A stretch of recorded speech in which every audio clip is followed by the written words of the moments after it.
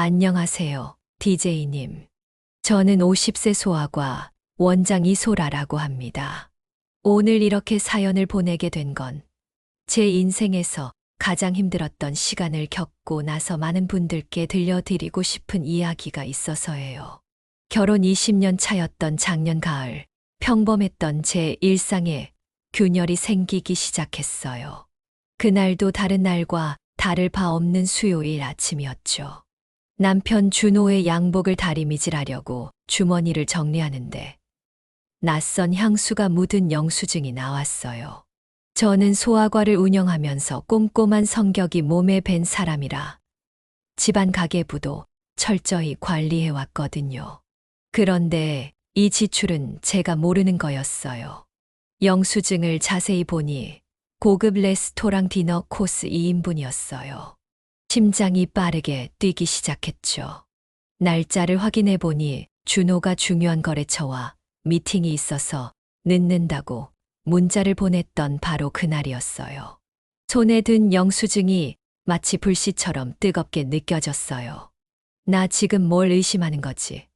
스스로에게 물었어요. 이제껏 단 한 번도 남편을 의심해 본 적이 없었는데 말이에요. 하지만 최근 준호의 변화는 부정할 수 없었어요. 늦은 귀가가 잦아졌고 주말마다 챙기던 가족 나들이는 갑작스러운 출장이라는 이유로 취소되기 일쑤였죠. 식탁에 앉아도 준호의 시선은 회사, 이메일에 고정되어 있었고 밤이면 피곤하다며 등을 돌린 채 잠이 들곤 했어요. 병원으로 출근하는 차 안에서도 생각이 복잡했어요. 소아과 원장으로 일하는 동안 저는 냉철한 판단력으로 수많은 응급 상황을 헤쳐왔어요. 하지만 20년간 함께한 남편의 변화 앞에서는 감정적 혼란에 빠질 수밖에 없었어요. 변한 건 준호뿐일까? 아니면 나도? 병원에 도착한 저는 업무에 집중하려 했지만 영수증의 이미지가 자꾸 떠올랐어요. 간호사들은 평소와 다름없이 환자 차트를 검토하는 저를 보며 제 내면의 동요를 알지 못했죠. 점심시간, 저는 평소와 달리 혼자 식사를 하며 휴대폰을 꺼냈어요. 준호의 최근 통화 기록을 확인해 볼까 하는 충동이 들었지만 20년간 쌓아온 신뢰가 무너질까 두려워 망설였어요. 이게 무슨 생각이야? 이러면 안 돼. 휴대폰을 가방에 다시 넣었지만 의심의 씨앗은 이미 마음속에 뿌리 내리기 시작했어요. 그날 저녁 준호는 또다시 늦게 귀가했어요. 현관문 열리는 소리에 평소처럼 인사를 건네려다 멈칫했어요. 준호의 셔츠에서 맡은 향기가 낯설었거든요. 분명 제가 선물한 향수가 아니었어요. 달콤하면서도 이국적인 향이 제 콧속을 파고들었어요. 오늘도 야근이었어. 제 목소리는 스스로 들어도 낯설게 떨렸어요. 프로젝트 마감이 얼마 안 남아서. 준호의 대답은 준비된 대본처럼 매끄러웠죠. 그날 이후 야근이 많아졌다는 핑계와 함께 늦은 귀가가 잦아졌고 부부의 일상은 그렇게 틈새를 만들기 시작했어요. 저는 화장대 거울에 비친 제 모습을 바라보며 처음으로 혹시라는 단어가 머릿속을 휘젓기 시작했어요.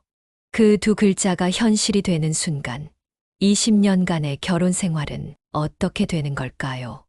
가슴 한구석에 의심의 씨앗이 자라기 시작했어요. 매일 밤 잠자리에 누워 천장만 바라보며 같은 질문을 반복했어요. 내가 뭘 잘못했을까? 달빛이 침실 창문으로 스며들던 밤, 준호의 숨소리만이 고요한 방안을 채웠어요. 제 마음은 20년 전으로 돌아가 있었어요. 순백의 웨딩드레스를 입고 평생 서로를 사랑하겠다는 맹세를 나누던 그날로 말이에요. DJ님, 이게 제 이야기의 시작이에요. 믿었던 사람에게 배신당한다는 게 어떤 기분인지, 그리고 그 배신을 어떻게 극복해 나갔는지 들려드리고 싶어요. 결혼 생활을 마치 오래된 영화 필름처럼 되돌려 보았어요. 첫째가 태어났을 때 준호의 눈물 젖은 미소, 둘째를 위해 밤새 병원을 지키던 그의 헌신적인 모습. IMF 때 준호의 회사가 어려움을 겪을 때도 제가 소아과 원장으로서 가정 경제를 지켰던 순간들까지. 언제부터였을까요? 거울 속에 비친 제 얼굴에 드리워진 주름이 낯설게 느껴졌어요. 50세의 젊음이 서서히 빠져나간 자리에 피로와 세월의 흔적만이 남아 있었죠. 나이 들어가는 제 모습이 준호에게 부담이 된 걸까요? 아니면 이제 서로에게 너무 익숙해져서 더 이상 설렘이 없어진 걸까요? 저는 병원에서는 여전히 능력을 인정받는 의사였지만 가정에서는 점점 존재감이 희미해지는 듯한 느낌을 받았어요. 제가 가정을 위해 모든 희생을 감수했던 시간들이 이제는 의미가 없어진 걸까요? 이런 생각들이 제 마음을 무겁게 짓눌렀어요. 40대 초반까지 출산과 육아를 병행하며 의사 생활을 이어온 제 노력은 결코 쉽지 않았어요. 아이들이 아플 때면 병원 일정을 조정하고 달려갔고, 밤늦게까지 환자 차트를 정리하며 제 능력을 증명해야 했죠. 그 와중에도 준호의 성공을 위해 내조에 힘썼어요. 그렇게 함께 이뤄온 지금의 안정적인 삶이 무너질지도 모른다는 불안감이 저를 덮쳤어요. 설마 그럴 리가 없어. 내가 너무 예민한 거야. 이렇게 자신을 달래보려 했지만 마음속의 의심은 점점 커지고 있었어요. 저와 준호의 가정은 겉보기에 완벽했어요. 서울 강남의 넓은 아파트, 의대에 다니는 아들 민우, 미국 유학 중인 딸 지연. 저는 제가 일과 가정 모두에서 성공했다고 자부했어요. 의사로서 병원에서의 성과뿐만 아니라 교육열이 높은 서울에서 두 아이를 명문대에 보낸 어머니로서도 인정받았죠. 소라 원장님은 정말 대단해요. 어떻게 일도 잘하고 가정도 완벽하게 꾸려요? 동료들의 칭찬에 저는 미소로 답했지만 내면에는 불안감이 자리 잡고 있었어요. 겉으로 보이는 완벽함 뒤에 숨겨진 균열이 점점 커지고 있었거든요. 최근 시어머니의 건강이 악화되면서 가족 역학이 변하기 시작했어요. 준호의 여동생 미경이가 시어머니를 돌본다며 자주 집에 드나들었고, 시어머니의 재산 문제로 가족 회의가 잦아졌어요. 저는 어느새 제가 가족 내에서 소외되고 있음을 느꼈어요. 오빠, 어머니 통장은 내가 관리할게. 소라 언니는 바쁘잖아. 미경의 말에 준호는 별다른 이해 없이 동의했어요. 재정 전문가는 아니지만 의사로서 경제관념이 뚜렷한 저로서는 시어머니의 자산 관리를 도울 수 있었는데, 준호와 미경은 제 제안을 묵살했죠. 내가 병원 일에 충실해. 가족 일은 우리가 알아서 할게. 준호의 말이 자꾸 마음에 걸렸어요. 저는 점점 제가 외부인처럼 느껴졌어요. 집에 돌아와도 준호와 미경이 시어머니 방에서 속삭이듯 대화하는 소리가 들렸고, 제가 다가가면 갑자기 대화를 멈추는 일이 잦아졌어요. 어느 주말, 저는 시어머니를 병원에 모시고 가기로 했어요. 시어머니의 방에 들어가니 침대 옆 테이블 위에 여러 서류가 놓여 있었죠. 무심코 들여다본 서류 중에는 부동산 계약서로 보이는 것도 있었어요. 제가 자세히 보려는 순간 미경이가 갑자기 방에 들어왔어요. 언니, 이건 내가 정리할게. 어머니, 야, 먹을 시간이니까 준비해줘. 미경은 서둘러 서류들을 챙겼어요. 저는 뭔가 이상한 느낌을 받았지만 시어머니의 건강이 우선이라 생각하고 약을 준비했어요. 소라야, 나 너한테 미안해. 시어머니의 갑작스러운 말에 저는 놀랐어요. 어머니, 갑자기 무슨 말씀이세요? 아니, 그냥 내가 고맙다는 말을 하고 싶었어. 시어머니의 눈에는 설명할 수 없는 슬픔이 담겨 있었어요. 저는 그날 이후로 시어머니와 더 자주 대화하려 노력했지만 미경이가 항상 옆에 있어 깊은 대화를 나눌 기회가 없었죠. 한편 제 병원 일은 점점 바빠졌어요. 신종 감염병으로 소아 환자들이 늘어나면서 야근이 잦아졌고 주말에도 병원에 나가야 했어요. 저는 일에 몰두하며 가정에서의 불안감을 잊으려 했지만 준호의 행동은 점점 더 수상해졌어요. 여보, 이번 주말에는 시간 좀 내줄 수 있어. 오랜만에 같이 시간을 보내고 싶은데. 제 제안에 준호는 미안하다는 표정을 지었어요. 미안해. 이번 주말에 골프 모임이 있어서. 매번 골프 모임이네. 누구랑 치는데? 그냥 회사 사람들이야. 당신이 아는 사람 없어. 준호의 대답은 점점 더 모호했고 제 질문을 피하는 듯 했어요. DJ님, 이렇게 의심이 커져가는 와중에 저는 결정적인 단서를 발견하게 되는데요. 다음 이야기가 더 충격적이에요. 저는 골프장에 전화해서 준호의 예약 여부를 확인하고 싶은 충동에 사로잡혔지만 그런 행동이 불신을 의미한다는 생각에 망설였어요. 주말, 저는 혼자 집에 남아서 집 정리를 하기로 했어요. 준호의 서랍을 정리하던 중 낯선 명함 한 장을 발견했죠. 장미라 미용실 원장이라고 적힌 명함이었어요. 뒷면에는 손글씨로 전화번호가 적혀 있었어요. 저는 이 이름이 어디서 들어본 것 같다는 느낌을 받았어요. 문득 대학 시절 준호의 이야기가 떠올랐어요. 준호가 술에 취해 털어놓은 적이 있었죠.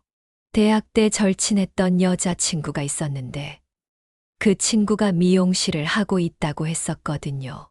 그 친구 이름이 미라였다고요. 우연의 일치일까요? 저는 인터넷으로 장미라라는 미용실을 검색해 보았어요. 검색 결과에 나타난 미용실 홈페이지에서 장미라의 사진을 확인할 수 있었어요. 50대 초반으로 보이는 세련된 여성이었어요. 제 가슴이 조여들었어요. 단순히 업무상 알게 된 미용실 원장일 수도 있지만 왠지 모를 불안감이 가시지 않았어요. 다음 날 저는 장미라의 미용실 근처를 지나가기로 했어요. 점심시간을 이용해 그곳에 들렀을 때 저는 예상치 못한 광경을 목격했어요. 준호가 미라와 함께 미용실에서 나오는 모습이었죠. 두 사람은 친밀한 분위기로 대화를 나누고 있었어요. 저는 급하게 몸을 숨겼어요. 심장이 빠르게 뛰었고 손이 떨렸어요. 이게 단순한 지인 관계일까요? 아니면 그 이상일까요? 저는 더 확실한 증거가 필요하다고 느꼈어요.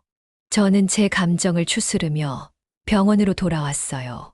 머릿속은 혼란스러웠지만 의사로서 갖춰온 분석적인 사고방식이 작동하기 시작했어요. 단순히 감정적으로 대응하기보다는 정확한 상황 파악이 필요했어요. 그녀는 간단한 메모장을 꺼내 지금까지 발견한 수상한 점들을 정리하기 시작했죠. 낯선 향수 냄새와 늦은 귀가, 장미라라는 미용실 원장과의 친밀한 모습, 시어머니의 재산 관리에서 저를 배제하는 준호와 미경의 행동, 시어머니 방에서 발견한 서류들. 이 모든 것이 단순한 우연일까요? 저는 직감적으로 이것들이 연결되어 있다고 느꼈어요. 그리고 그 중심에는 시어머니의 재산과 관련된 무언가가 있을 것이라 생각했어요. 다음 날 저는 병원 동료 중부동산 투자의 밝은 김 과장을 찾아갔어요.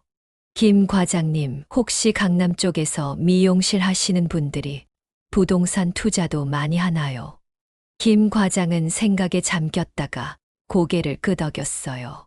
아, 요즘 미용실 원장들 중에 부동산 쪽으로 사업 확장하는 분들 많아요. 특히 노인분들이 소유한 부동산을 싸게 매입해서 개발하는 케이스도 있고요. 왜요? 저희 의심은 더욱 커졌어요. 이 모든 게 우연이 아니었던 거죠. 그날 밤, 저는 야근을 마치고 늦게 귀가했어요. 집은 고요했고 준호는 이미 침실에서 잠들어 있었죠. 거실에 남겨진 준호의 노트북이 여전히 켜져 있는 것을 발견했어요. 평소 같았으면 그냥 지나쳤겠지만 오늘은 달랐어요. 제 손이 노트북 키보드 위로 향했어요. 이러면 안 돼. 하지만 마우스를 움직이자 화면이 밝아졌고 준호의 이메일 계정이 열려 있었어요. 저는 망설였지만 최근 받은 메일함을 확인하기 시작했어요. 대부분 업무 관련 이메일이었지만 하나의 제목이 눈에 띄었어요. 우리 새 집 계약금.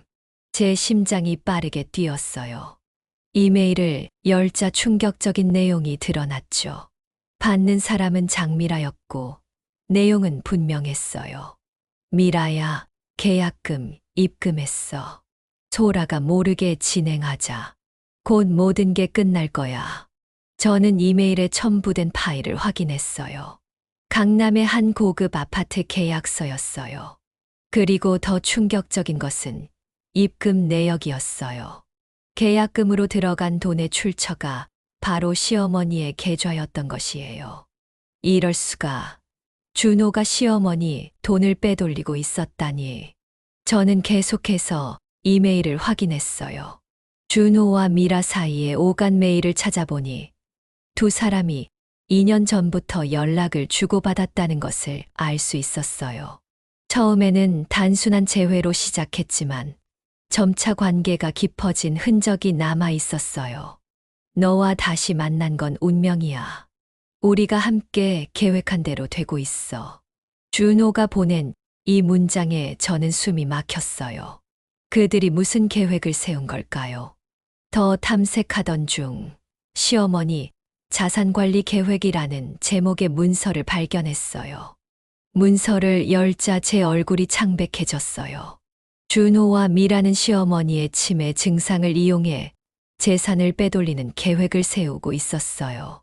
시어머니가 소유한 강남의 빌딩을 헐값에 매각하고 그 돈으로 미라의 미용실 체인 사업에 투자하는 내용이었죠. 더 충격적인 것은 저에 대한 계획도 있었다는 점이에요. 소라가 의심하기 시작했어. 빨리 진행해야 해. 이혼 후의 시어머니의 재산은 내가 관리하게 될 거야. 준호의 배신에 저는 무너질 것 같았어요. 20년간의 결혼 생활이 거짓이었다니. 하지만 동시에 의사로서의 직감이 작동했어요. 이건 단순한 외도가 아니라 금융사기에 가까웠어요. DJ님, 이 순간 저는 결심했어요. 더 이상 당할 수만은 없다고요. 저는 증거를 더 수집하기로 결심했어요. 휴대폰을 꺼내 발견한 이메일과 문서들을 사진으로 찍었어요. 그리고 준호의 노트북을 원래 상태로 돌려놓았어요. 아직 모든 상황을 파악하지 못했기에 준호에게 의심을 들키지 않는 것이 중요했거든요.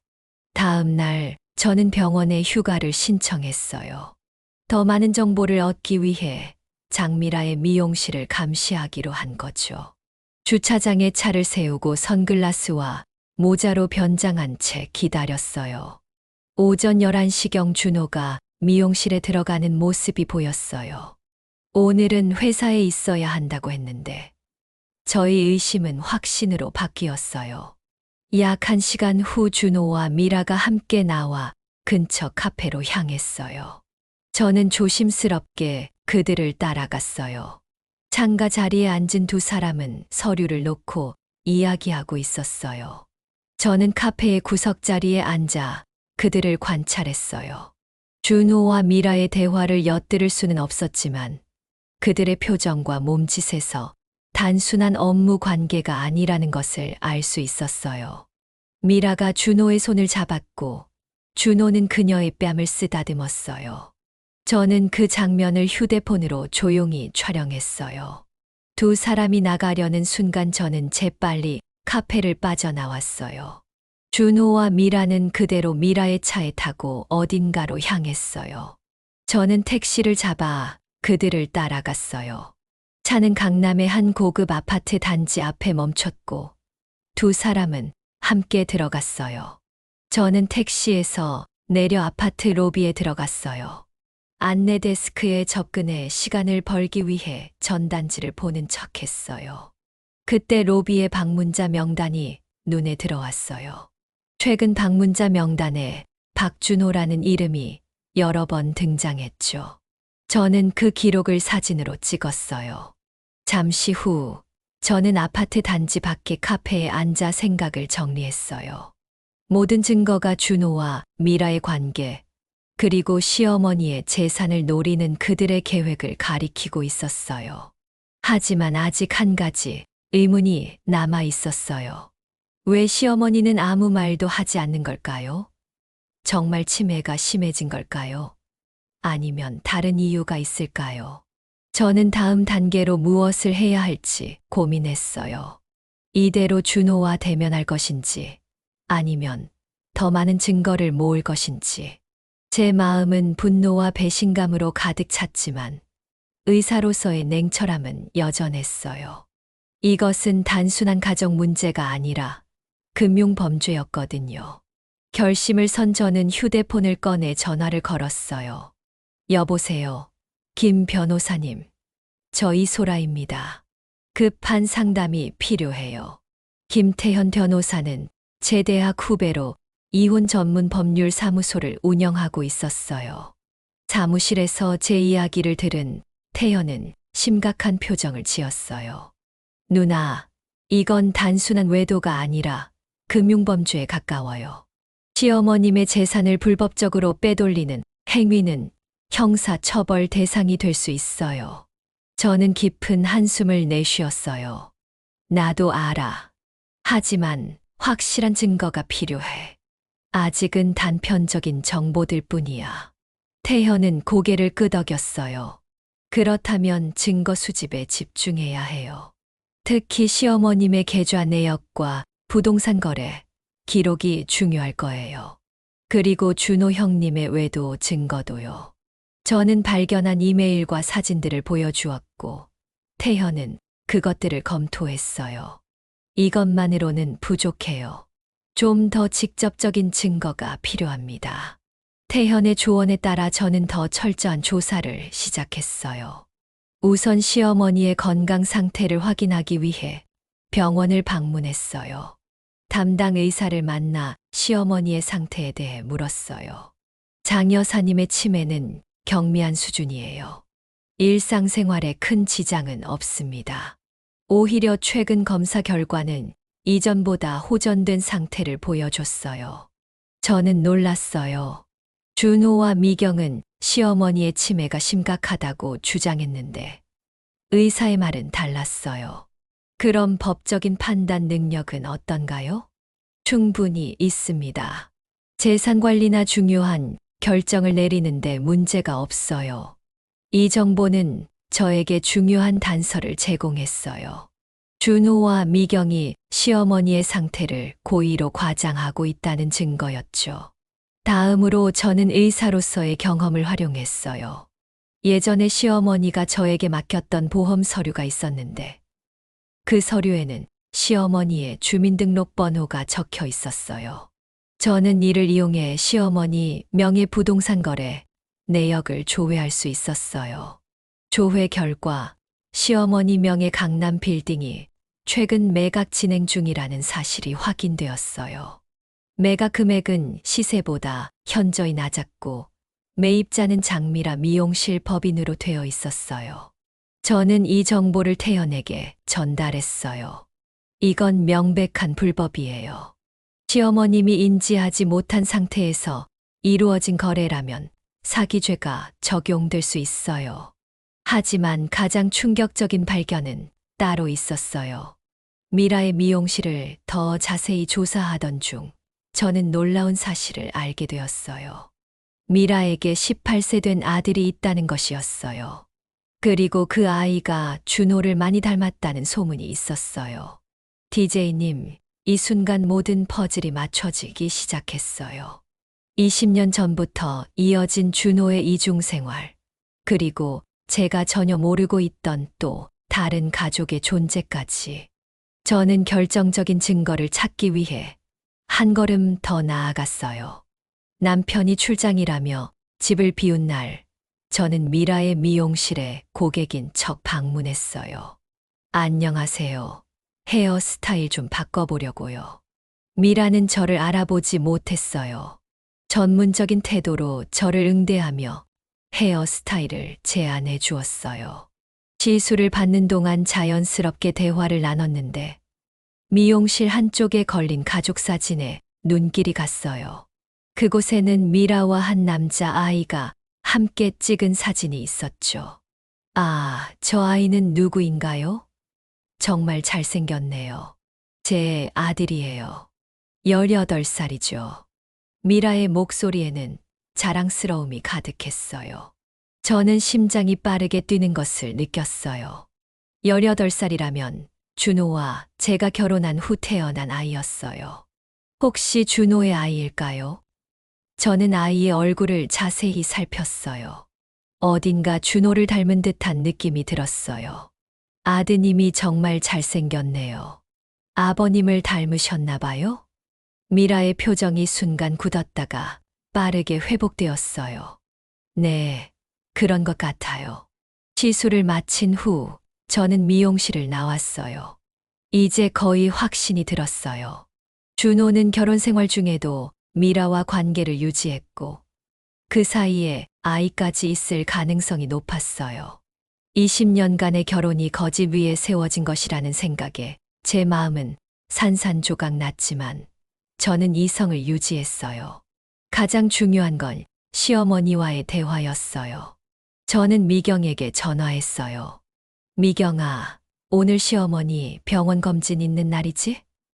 내가 모시고 갈게. 미경은 잠시 망설이다 대답했어요. 언니, 괜찮아. 내가 모실 수 있어.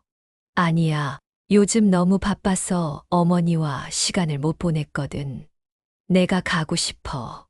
미경은 더 이상 거절할 명분이 없었어요.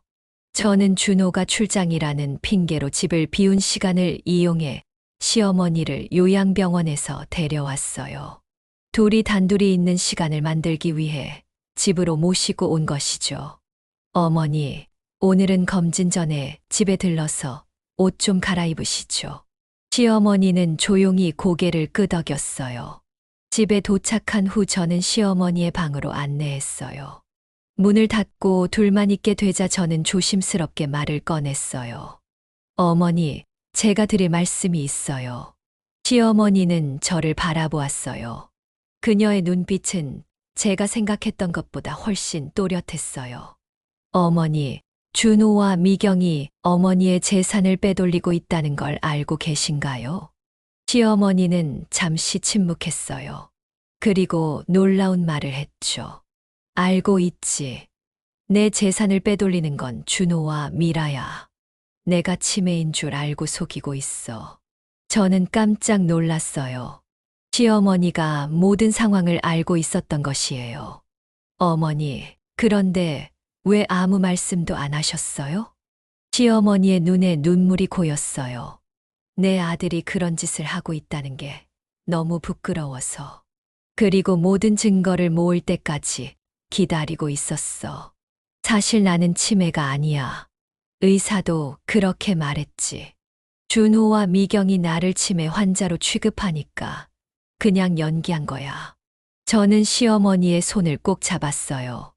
어머니, 정말 죄송해요. 제가 더 빨리 알아차렸어야 했는데. 시어머니는 제 손을 다시 꼭 쥐었어요. 아니야. 내 잘못이 아니야. 오히려 내가 미안해. 내 아들이 너에게 이런 일을 저질렀으니. 나는 내가 얼마나 가정을 위해 노력했는지 잘 알고 있단다. 준호가 사업에 실패했을 때도 내가 병원을 지켰지.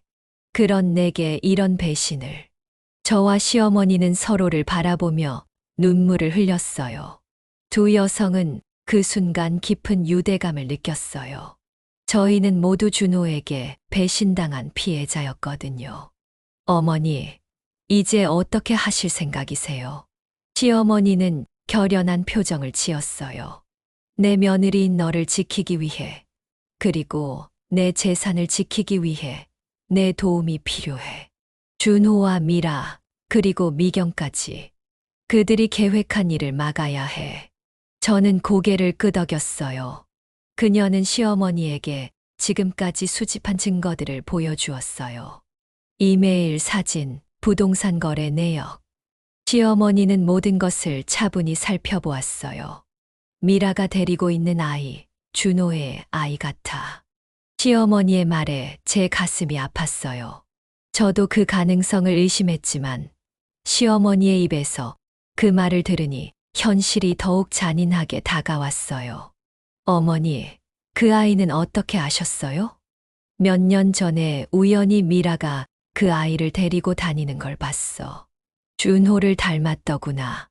물어보지는 않았지만 내 손자인 것 같았어. 저는 심장이 찢어지는 듯한 고통을 느꼈어요. 준호는 결혼 생활 내내 이중 생활을 해온 것이에요. 그 배신감은 이루 말할 수 없었지만 저는 그 감정을 억누르고 다음 단계를 생각했어요. 어머니, 우리 함께 이 상황을 바로잡아요. 준호와 미라가 더 이상 어머니의 재산을 빼돌리지 못하게 해야 해요. 시어머니는 단호하게 고개를 끄덕였어요. 내 말이 맞아. 우리가 함께 이 일을 해결해야 해. 저와 시어머니는 치밀한 계획을 세우기 시작했어요. 우선 시어머니는 공증인을 불러 새로운 유언장을 작성하기로 했어요. 저는 김태현 변호사에게 연락해 법적 조치를 준비했어요. 저희는 준호와 미라, 미경이 모르게 모든 준비를 마쳤어요. 시어머니의 재산은 신탁으로 관리되도록 하고 불법 거래는 모두 무효화하기로 했어요. DJ님, 이제 모든 준비가 끝났어요. 진실을 폭로할 시간이 다가온 거죠. 20년간 저를 속인 남편과 제 친구, 그들이 얼마나 철저히 저를 기만했는지 보여줄 때가 온 거예요. 준호가 출장에서 돌아온 날, 저는 평소와 다름없이 행동했어요. 그러나 내면에서는 폭풍우가 몰아치고 있었죠.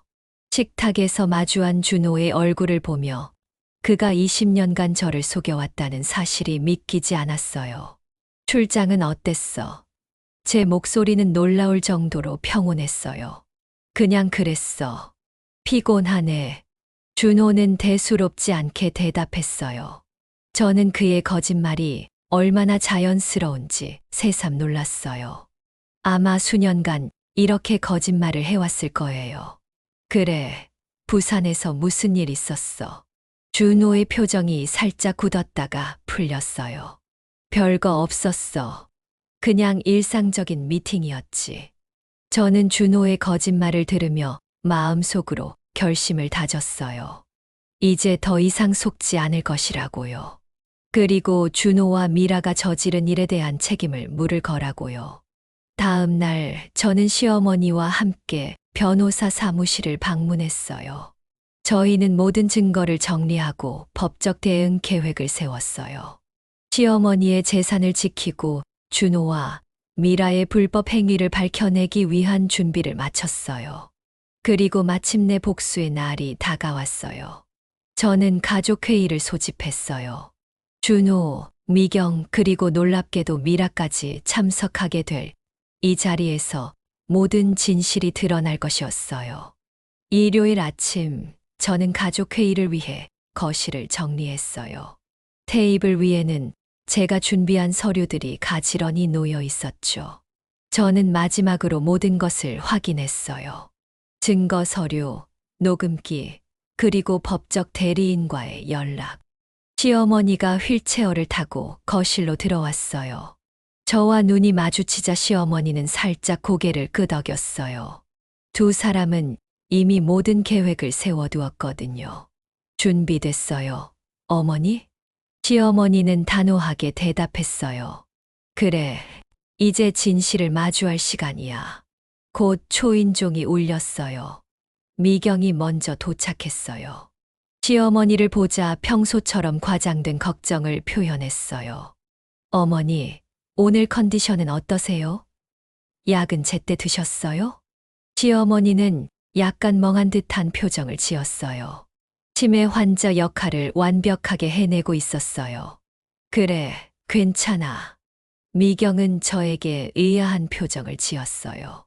언니, 갑자기 가족회의라니 무슨 일이에요? 저는 차분하게 대답했어요. 곧 알게 될 거야. 준호 오빠가 오면 시작할게. 얼마 후 준호가 도착했어요. 그는 약간 긴장한 듯한 표정이었어요. 소라야, 무슨 일이야? 갑자기 가족회의라니. 잠시만, 한 사람이 더 와야 해. 준호의 표정이 굳었어요. 누구? 그때 다시 초인종이 울렸어요. 제가 문을 열자 미라가 서 있었어요. 준호의 얼굴이 창백해졌어요. 이게 무슨... 미라도 당황한 표정이었어요. 분명 준호가 이 상황에 대해 아무것도 알려주지 않았을 테니까요. 들어오세요, 장미라 씨. 우리 가족회의에 초대했어요. 미라는 불안한 눈빛으로 준호를 쳐다보았어요. 준호는 당황한 기색이 역력했죠. 소라야, 이게 무슨 뜻이야? 저는 모두에게 자리에 앉을 것을 권했어요. 그리고 테이블 위에 놓인 서류 더미를 가리켰어요. 오늘은 몇 가지 중요한 이야기를 나눌 거예요. 특히 시어머니의 재산에 관한 것과 저는 잠시 준호와 미라를 바라보았어요. 그리고 당신들의 관계에 대해서요. 방 안에 무거운 침묵이 내려앉았어요. 준호가 먼저 입을 열었어요. 무슨 소리야? 나는 미라 씨를 미용실 일로만 알고 있어. 저는 쓴웃음을 지었어요. 그리고 테이블 위 서류 중 하나를 꺼내 보여주었어요. 그것은 준호와 미라가 함께 찍힌 사진이었어요. 미용실 일을 이렇게 하나요? 사진 속에서 준호와 미라는 서로를 껴안고 있었어요. 준호의 얼굴이 하얗게 변했어요. 이건 그냥... 그만해요, 오빠. 이제 거짓말은 그만해요. 나는 모든 걸 알고 있어요. 저는 차례대로 증거를 보여주기 시작했어요. 이메일, 부동산 거래 내역, 아파트 임대 계약서. 그리고 마지막으로 미라의 아들 사진을 꺼냈어요. 이 아이가 누구인지도 알고 있어요. 미라의 얼굴이 창백해졌어요. 미경은 충격받은 표정으로 상황을 지켜보고 있었어요. 오빠, 당신은 20년 동안 나를 속였어요. 결혼 생활 내내 미라 씨와 관계를 유지했고, 심지어 아이까지 있었죠. 그리고 이제는 시어머니의 재산을 빼돌려 미라 씨와 새 삶을 시작하려고 했고요. 준호는 말문이 막힌 듯 했어요. 그는 변명할 말을 찾지 못했어요. 소라야, 말하지 마요. 이제 당신의 거짓말은 듣고 싶지 않아요. 저는 시어머니를 바라보았어요. 시어머니는 천천히 몸을 일으켰어요. 그녀의 표정이 변했어요. 더 이상 멍한 모습이 아니라 단호하고 강인한 눈빛이었어요. 어머니, 준호와 미경이 놀란 표정으로 시어머니를 바라보았어요. 준호야, 너는 내 아들이지만 내가 저지른 일은 용서할 수 없구나. 시어머니의 목소리는 또렷했어요. 그녀는 더 이상 치매 환자의 모습이 아니었어요. 어머니, 나는 치매가 아니야. 너희가 나를 이용해 재산을 빼돌리려는 것을 알고 있었어. 미경이 끼어들었어요. 어머니, 무슨 말씀을 하시는 거예요? 의사 선생님도 어머니가 치매라고. 거짓말 마라, 미경아. 의사는 내가 경미한 인지장애일 뿐이라고 했어. 나는 모든 것을 기억하고 있고 판단력도 멀쩡해. 시어머니는 저에게 고개를 끄덕였어요. 저는 서류 봉투에서 새로운 문서를 꺼냈어요. 이것은 시어머니의 새 유언장이에요. 어제 공증인 앞에서 작성했죠. 시어머니의 재산은 앞으로 신탁 관리될 거예요. 그리고 준호 씨와 미경 씨는 상속에서 제외됐습니다. DJ님, 그 순간의 정적은 정말 무서웠어요. 20년간 쌓아온 모든 거짓이 한순간에 무너져 내리는 소리가 들리는 것 같았어요. 준호와 미경의 얼굴이 창백해졌어요. 이게 무슨 소리야? 준호가 자리에서 벌떡 일어섰어요. 어머니, 이러시면 안 돼요. 소라가 어머니를 조종하고 있어요. 시어머니는 아들을 냉정한 눈빛으로 바라보았어요. 내가 조종당했다고 생각하는 건 내 어머니가 어리석다고 생각하기 때문이야. 내 판단력은 멀쩡해. 내 아들이 내 재산을 빼돌리려 했다는 사실이 너무 부끄러울 뿐이지. 미라가 자리에서 일어났어요. 저는 이 자리를 떠나겠습니다. 이건 가족 문제인데. 저는 차갑게 말했어요. 앉으세요, 미라 씨. 당신도 이 일의 공범이에요. 게다가 곧 경찰이 도착할 텐데 문 앞에서 마주치고 싶진 않을 거예요. 경찰이라니. 미라의 얼굴이 하얗게 변했어요. 저는 테이블 위 서류를 정리하며 말했어요. 네, 경찰이요. 시어머니 명의 부동산을 불법으로 매각하려 한 혐의로 신고했어요. 금융사기죄로 조사받게 될 거예요. 준호가 소리쳤어요. 이럴 수는 없어. 소라야, 우리 20년을 함께 했잖아. 이혼하겠다면 그러자고. 왜 이렇게까지? 저는 눈물을 참으며 준호를 똑바로 바라보았어요. 네, 우리는 20년을 함께 했어요. 그동안 당신이 외도를 하고 이중생활을 하는 동안 나는 가정을 지키고 아이들을 키웠죠. IMF 때 당신의 회사가 어려움을 겪을 때도 내가 병원을 책임졌어요. 당신이 다시 일어설 수 있도록 도왔고요. 그런데 당신은 그 모든 것을 배신했어요. 미경이 흐느끼며 말했어요. 언니, 내가 잘못했어. 사실 나도 오빠와 미라 씨의 관계를 알고 있었어. 하지만 어쩔 수 없었어. 그만해, 미경아. 준호가 소리쳤어요. 미경은 울면서 계속했어요. 아니야, 이제 그만둬야 해. 오빠가 나더러 어머니의 치매 연기를 도와달라고 했어. 나는 그저 오빠를 도와주고 싶었을 뿐이야. 방 안의 공기가 무거워졌어요. 미라가 준호를 원망스러운 눈빛으로 바라보았어요. 당신이 말했잖아. 모든 게 합법적이고 어머님은 치매라서 기억도 못 하실 거라고. 시어머니가 쓴웃음을 지었어요.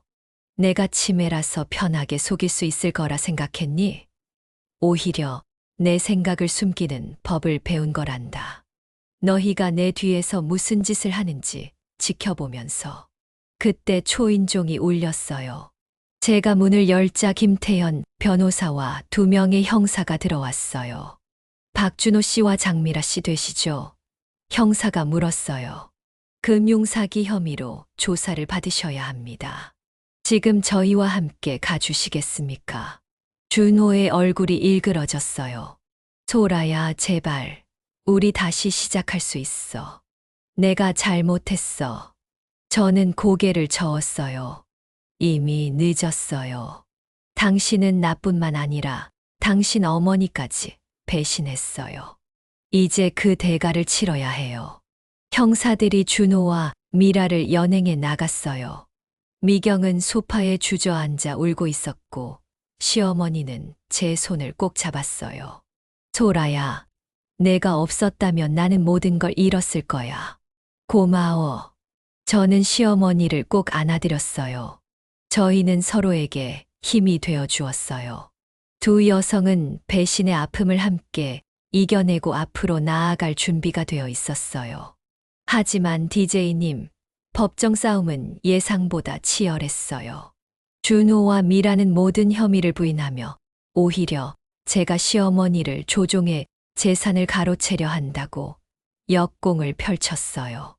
미경도 처음에는 오빠 편을 들었지만 결국 진실을 말하기로 결심했죠. 재판장에서 미경은 떨리는 목소리로 증언했어요. 저는 오빠와 미라 씨가 어머니의 부동산을 불법으로 매각하려는 계획을 알고 있었습니다. 처음에는 반대했지만 오빠가 저에게도 이익을 주겠다고 해서 저는 잘못했습니다. 미경의 증언은 준호와 미라에게 결정적인 타격이 되었어요. 하지만 가장 강력한 증언은 시어머니에게서 나왔어요. 시어머니는 법정에 직접 출석해 또렷한 목소리로 말했어요. 내 아들이지만 잘못된 일은 바로잡아야 합니다. 준호는 내가 치매라고 주변에 알리고 내 재산을 자신의 이름으로 바꾸려 했습니다. 미라와 함께 부동산을 헐값에 매각하고 그 돈으로 새 생활을 계획했습니다. 판사는 모든 증거와 증언을 검토한 후 최종 판결을 내렸어요. 피고인 박준호와 장미라에게 금융사기 혐의를 인정합니다. 박준호는 징역 3년에 집행유예 5년, 장미라는 징역 2년에 집행유예 3년을 선고합니다. 또한 피해자인 장영숙 여사에게 정신적 피해 보상으로 5천만 원을 지불할 것을 명령합니다. 재판이 끝난 후 저는 복합적인 감정에 휩싸였어요. 법적으로는 승리했지만 20년간의 결혼 생활이 이렇게 끝난다는 사실은 여전히 가슴 아팠어요. 준호와의 이혼도 신속하게 진행되었고 재산 분할에서 저는 공정한 몫을 받았어요. 하지만 승리의 기쁨보다는 공허함이 저를 덮쳤어요. 법정을 나서는 발걸음이 무거웠어요. 비가 내리는 법원 계단에 서서 저는 텅 빈 승리의 무게를 실감했어요. 그날 밤 저는 혼자 집에 앉아 20년간의 추억이 담긴 사진첩을 넘겼어요. 아이들이 태어났을 때 행복했던 순간들, 가족 여행의 추억들, 그 모든 것이 거짓 위에 세워진 것이었을까요? 제 눈에서 눈물이 흘러내렸어요. DJ님, 저는 이겼지만 행복하지 않았어요. 복수는 달콤하다고 하지만 그 달콤함은 생각보다 오래 가지 않더라고요. 시간이 지나도 제 마음은 쉽게 치유되지 않았어요. 밤마다 준호와 미라가 고통받기를 바라는 복수심에 사로잡혔고 그 감정이 저를 잠식하기 시작했어요. 식욕이 사라지고 불면증에 시달렸으며 만성 두통까지 생겼어요. 병원에서도 제 변화를 느낄 수 있었어요. 예전처럼 날카로운 판단력을 보이지 못했고 집중력이 떨어졌어요. 동료들은 걱정스러운 눈빛으로 저를 바라보았죠. 소라 원장님 괜찮아요? 요즘 안색이 안 좋아 보여요. 저는 억지 미소를 지었어요. 네, 괜찮아요. 그냥 좀 피곤해서. 하지만 저는 괜찮지 않았어요. 제 마음속에는 여전히 분노와 배신감, 그리고 슬픔이 가득했어요. 재산을 되찾은 것보다 더 값진 것은 제 자존심과 인생의 주도권이었지만 그 대가로 잃어버린 시간과 신뢰는 돌아오지 않았어요. 미국에서 공부하던 딸 지연이 방학을 맞아 귀국했을 때 그녀는 엄마의 모습에 충격을 받았어요. 엄마, 너무 말랐어요. 제대로 식사는 하고 계신 거예요? 저는 딸을 안심시키려 노력했지만 지연은 제 상태를 걱정했어요. 그날 밤 지연이 제 방을 찾아왔어요. 엄마, 솔직히 말해주세요. 정말 괜찮으신 거예요? 아빠와 이혼하고 나서 저는 눈물을 참으며 딸을 바라보았어요. 괜찮아질 거야. 시간이 필요할 뿐이야. 지연은 제 손을 꼭 잡았어요. 엄마, 아빠가 한 일은 정말 나쁜 일이에요. 하지만 엄마가 이렇게 자신을 망가뜨리시면 그건 아빠에게 또 다른 승리를 안겨주는 거예요. 제 딸의 말에 저는 깊은 생각에 잠겼어요. 지연의 말이 맞았어요. 저는 법정에서는 이겼지만 자신의 행복을 되찾지는 못했어요. 오히려 분노와 복수심에 사로잡혀 저 자신을 망가뜨리고 있었죠. 그날 이후 저는 변화를 시도했어요. 심리 상담을 받기 시작했고 건강을 회복하기 위해 노력했어요. 하지만 진정한 치유는 쉽지 않았어요. 가슴 깊은 곳의 상처는 여전히 아물지 않았거든요. 그러던 어느 날 시어머니가 저를 찾아왔어요. 두 사람은 함께 차를 마시며 대화를 나누었어요. 소라야, 요즘 어떻게 지내니? 저는 솔직하게 대답했어요. 아직 힘들어요, 어머니. 제가 이길 줄 알았는데, 이긴 후에도 이렇게 괴로울 줄은 몰랐어요. 시어머니는 제 손을 따뜻하게 잡았어요. 이기고 지는 것보다 중요한 건 내 행복이야. 너는 정의를 위해 싸웠고, 그것은 옳은 일이었어. 하지만 이제는 내 자신을 위한 삶을 살아야 할 때야. 저는 시어머니의 말을 곱씹었어요. 그녀는 지금까지 제 권리를 위해, 정의를 위해 싸웠어요. 하지만 그 과정에서 정작 자신의 행복은 놓치고 있었던 건 아닐까요? 시어머니는 저에게 작은 상자를 건넸어요. 이것은 내가 평생 모은 보석들이야. 하지만 진짜 보석은 너였다는 걸 이제야 알았어. 이제 너의 미래를 위해 써라. 저는 시어머니의 선물에 감동했어요. 눈물이 제 뺨을 타고 흘러내렸어요. 오랜만에 느끼는 따뜻한 감정이었어요. 시어머니의 말은 저에게 깊은 깨달음을 주었어요. 복수는 달콤하지만 그 달콤함은 오래가지 않아. 이제는 내 인생을 살아갈 때야. 저는 큰 결심을 했어요. 오랫동안 미뤄왔던 MBA 과정을 시작하기로 한 것이에요. 50대 중반의 나이에 다시 공부한다는 것은 쉽지 않았지만 저에게는 새로운 도전이 필요했어요. 소라 원장님, 정말 MBA를 하실 거예요? 대단하네요.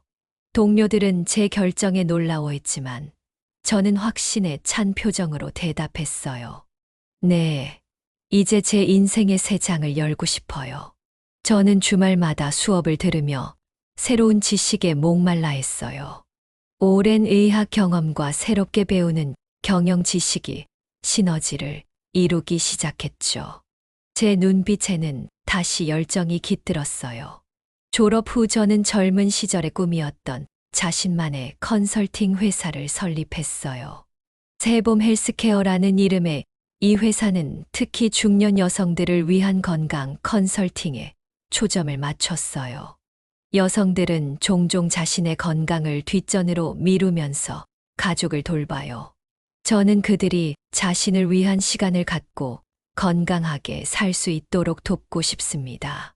제 회사는 빠르게 성장했어요. 제 진정성과 전문성이 많은 클라이언트들의 신뢰를 얻었기 때문이죠.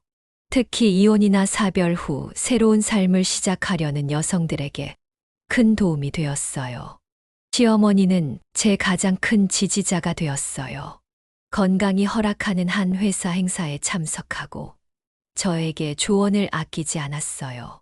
두 여성의 유대는 더욱 깊어졌어요. 소라야, 내가 이렇게 다시 일어서는 모습을 보니 정말 자랑스러워. 저는 미소를 지었어요. 어머니가 계셨기에 가능했어요. 어머니의 지혜와 용기가 저에게 큰 힘이 되었어요. DJ님, 그리고 라디오를 듣고 계신 모든 분들, 저의 이야기가 어떠셨나요? 만약 지금 이 방송을 들으시면서 제 이야기에 공감하셨다면 좋아요 버튼을 눌러주시고 구독도 꼭 해주세요. 그리고 알림 설정까지 해두시면 이런 감동적인 인생 이야기들을 가장 먼저 들으실 수 있어요. 저는 지금 60세가 되었어요. 제 얼굴에는 여전히 세월의 흔적이 남아있지만 그 눈빛은 어느 때보다 빛나고 있어요. 거울 속에 비친 제 모습을 바라보며 저는 미소를 지어요. 인생의 가장 큰 승리는 법정에서 이기는 것이 아니라 자신의 행복을 되찾는 것이다. 이것이 제 사무실 벽에 걸어둔 액자에 적힌 문구예요. 저는 이제 그 말의 진정한 의미를 이해해요. 과거의 상처가 아직 완전히 사라진 것은 아니에요. 하지만 그 아픔이 더 이상 저를 정의하지 않게 되었어요. 오히려 그 경험이 제 삶을 더 풍요롭게 만들었어요. 진정한 자유는 미워하기를 멈추는 순간 찾아와요. 마치 금간 도자기를 금으로 메우는 금칠 예술처럼 우리의 상처도 경험과 지혜의 금으로 채워질 때 더욱 가치 있는 삶이 되는 거예요. 용서는 상대방을 위한 것이 아니라 자신의 마음을 해방시키는 열쇠예요. 그 순간 과거의 사슬에서 벗어나 진정한 현재를 살아갈 수 있게 되거든요. 상처가 우리를 약하게 만드는 것이 아니라 오히려 그것을 극복하는 과정에서 우리는 전에 몰랐던 자신의 강인함을 발견하게 돼요. 이것이 바로 상처가 선물이 될 수 있는 이유예요. 여러분도 지금 어려운 시간을 보내고 계시다면 포기하지 마세요. 인생에서 가장 어두운 순간조차도 새로운 시작의 기회가 될 수 있어요. 과거의 상처를 딛고 일어서는 용기가 있다면 더 빛나는 행복이 기다리고 있답니다. 마지막으로 이 방송을 듣고 계신 모든 분들께 감사드려요. 댓글로 여러분의 생각도 들려주세요. 구독과 좋아요, 알림 설정도 잊지 마시고요. 다음에도 더 감동적인 인생 이야기로 찾아뵐게요. 감사합니다.